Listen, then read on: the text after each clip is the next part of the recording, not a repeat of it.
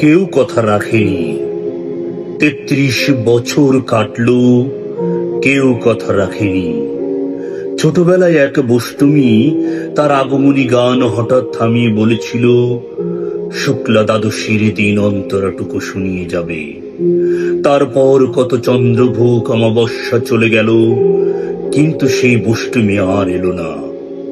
২৫ বছর প্রতীক্ষায় আছি। মামাবাড়ির মাঝি নাদের আলী বলেছিল, বড় হও দাদা ঠাকুর, তোমাকে আমি ৩ প্রহরের বিল দেখাতে নিয়ে যাব। সেখানে পদ্ম ফুলের মাথায় সাপ আর ভ্রমর খেলা করে।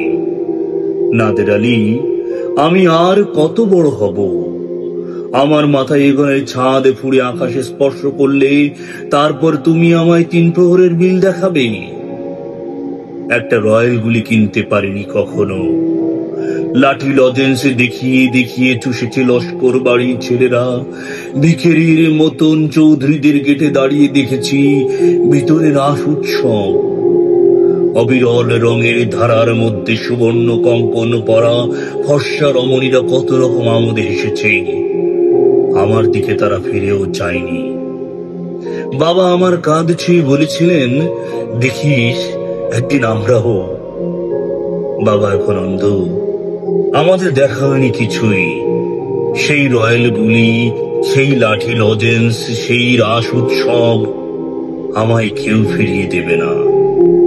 বুকের মধ্যে সুগন্ধি রুমাল রেখে বরুণা বলেছিল, যেদিন আমায় সত্যিকারের ভালোবাসবে সেদিন আমার বুকে ওই রকম আতরের গন্ধ হবে। ভালোবাসার জন্য আমি হাতের মুঠোয় প্রাণ নিয়েছি, দুরন্ত ষাঁড়ের চোখে বেঁধেছি লাল কাপড়। বিশ্ব সংসার তন্ন তন্ন করে খুঁজে এনেছি ১০৮টা নীল পদ্ম। তবু কথা রাখিনি বরুণা। এখন তার বুকে শুধুই মাংসের গন্ধ। এখন সে যে কোনো নারী। কেউ কথা রাখেনি। ৩৩ বছর কাটলো, কেউ কথা রাখে না।